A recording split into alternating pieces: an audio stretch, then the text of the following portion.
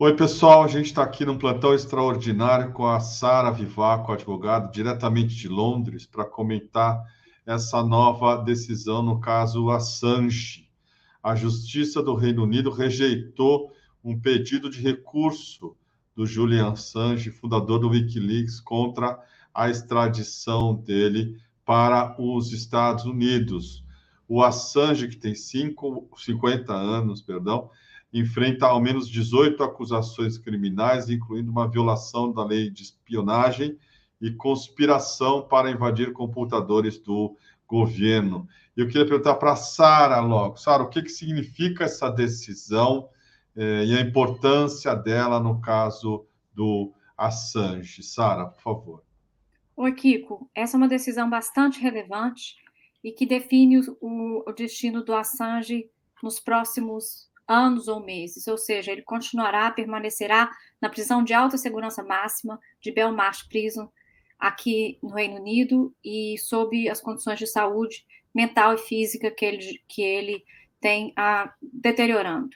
Bem, no dia 24 de janeiro de 2022, o Tribunal Superior do Reino Unido, que seria a segunda instância, decidiu que o Assange seria extraditado. Dessa decisão foi recorrida pelos advogados do Assange. Por que ela foi recorrida? Ela foi recorrida porque, nessa decisão, o tribunal acatou garantias administrativas, garantias diplomáticas dos Estados Unidos. Quando os Estados Unidos perdem o caso do Assange, em janeiro, na primeira instância, e a juíza nega a extradição do Assange por considerar que as condições prisionais nos Estados Unidos seriam violações de direitos humanos, porque o Assange ficaria numa prisão de alta segurança e sob o que é chamado de medidas administrativas especiais, que é verdadeiramente colocar alguém numa masmorra e jogar a chave e cancelar o contato com o mundo exterior. A juíza disse que essas condições seriam opressivas e que, portanto, Assange não seria extraditado. Quando os Estados Unidos perdem o caso, eles resolvem, no meio do processo, oferecer garantias diplomáticas dizendo que não enviariam o Assange a uma prisão chamada ADX Florence e nem que colocariam o Assange sob as medidas administrativas especiais. No entanto, Kiko, cabe lembrar que, como a ADX Florence nos Estados Unidos, existem pelo menos 28 instituições prisionais da mesma dificuldade,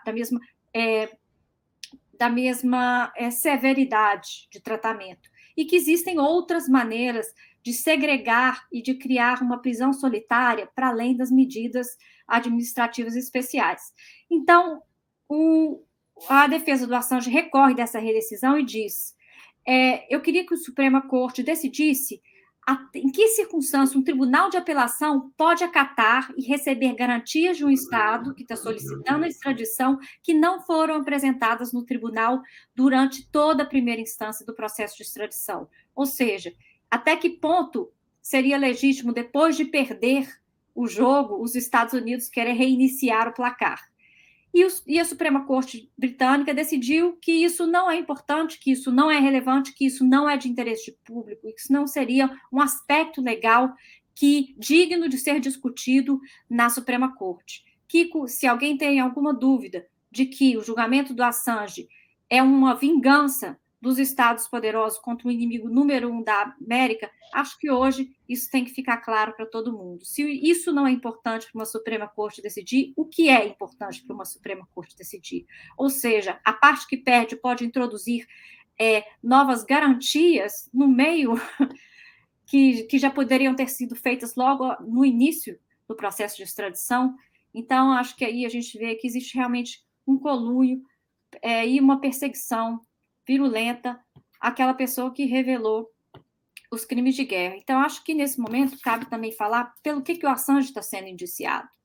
É bom lembrar que em 2019 o Departamento de Justiça dos Estados Unidos solicitou formalmente ao Reino Unido a extradição do Assange e acusou ele de 18 delitos políticos.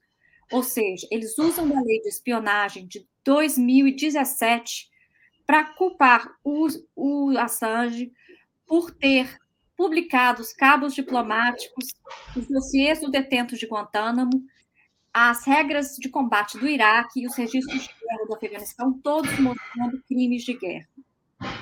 Sara, eu queria análise sua técnica e também depois pessoal para o que eu vou te perguntar. Tem saída para o Assange ou o jogo está acabado? Kiko, eu não sou especialista em extradição. Nós recebemos agora a carta dos advogados do Assange, onde eles indicam que existe ainda um caminho legal. O que eles falam é que agora a Suprema Corte Britânica vai remeter o caso à primeira instância, que são os magistrados de Westminster, e depois os magistrados vão formalmente repassar à ministra do Interior, Priti Patel, para que ela assine a extradição. Depois disso, o Assange, uma vez assinada a extradição, pode recorrer de pontos legais que ainda não foram explorados na primeira apelação. E como último recurso, se uma vez mais for negada as apelações, ele poderia ir para o Tribunal Europeu de Direitos Humanos, que eu não sei como fala em português, tá? ICJ. Então, cabe ainda, mas qual que é o problema, Kiko? Nós temos um homem que tem uma condição quase suicida dentro de uma prisão de alta segurança, 23 horas e meia sendo vigiado, uma câmera que acende e desliga cada meia hora, sem acesso às próprias roupas durante o inverno, isolamento solitário, 23 horas e meia por dia, meia hora, às vezes ele pode ver o sol, às vezes não, quando também tem o sol. Eu acho que a situação do Assange depende da mobilização popular, da mobilização política, e aqui eu faço um apelo a todas aquelas pessoas que têm qualquer condição de se somar a essa luta, que possam entrar em contato comigo diretamente pelo meu e-mail, que eu tenho várias vias a qual pessoas de diferentes caminhos da vida possam ajudar. Inclusive, a classe política brasileira deveria ficar muito interessada no caso do Assange, porque mostra um tsunami que está começando e que em algum momento vai chegar até a nós. Qual que é o seu e-mail, Sara? Manda para a Marília, e aí a Marília me repassa. Pode ser?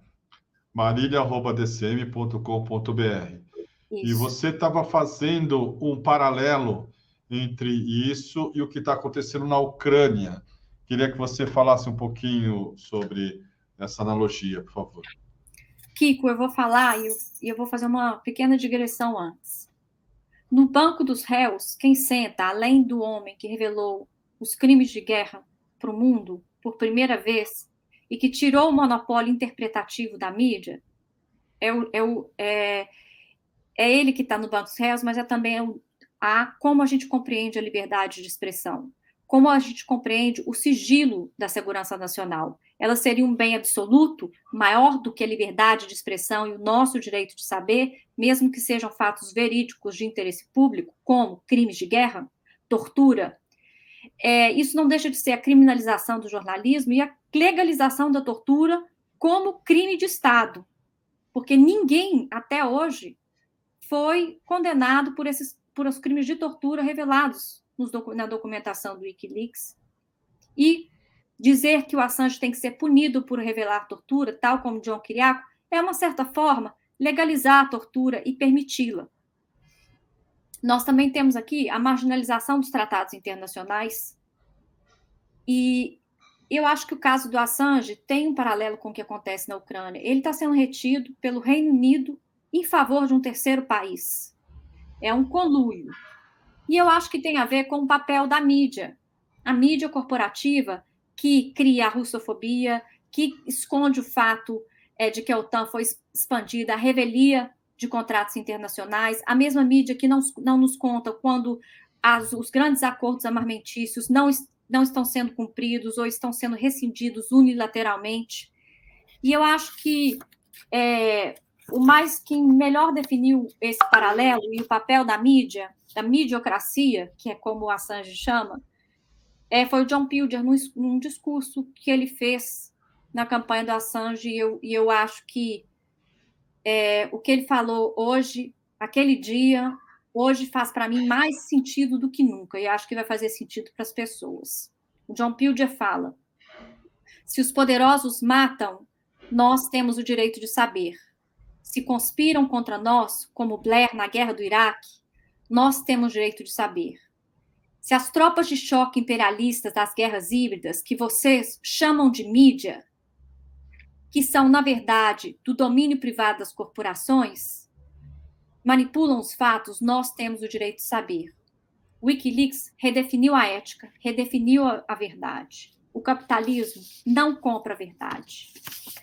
Julian Assange forçou o Ocidente a olhar para Guantánamo, tortura praticadas pelos soldados americanos.